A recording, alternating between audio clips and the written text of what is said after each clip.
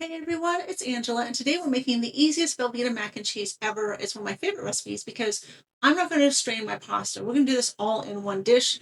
That way, all the starches that you get from your pasta make this the ultimate creamy mac and cheese. We're going to add a cup and a half of water and 1 cup of milk, as well as our seasoning, salt, pepper, garlic powder. Stir everything together. We're going to add 8 ounces or 2 cups of uncooked pasta here, your elbow macaroni. Stir that in, bring it to a boil, cook it for about 5 minutes at the boil, stirring occasionally until your pasta has that perfect al dente texture. Once your pasta is cooked, we'll add 2 tablespoons of butter.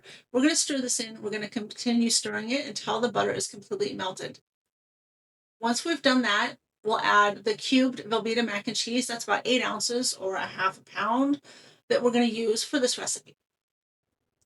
Now you've added your Velveeta cheese. Keep the pasta simmering and keep stirring while the cheese melts until it is fully melted. Once it's fully melted, then we can remove this from the heat and add the remainder of the cheese, which is my preference is sharp cheddar cheese. You can use medium cheddar cheese too if you like.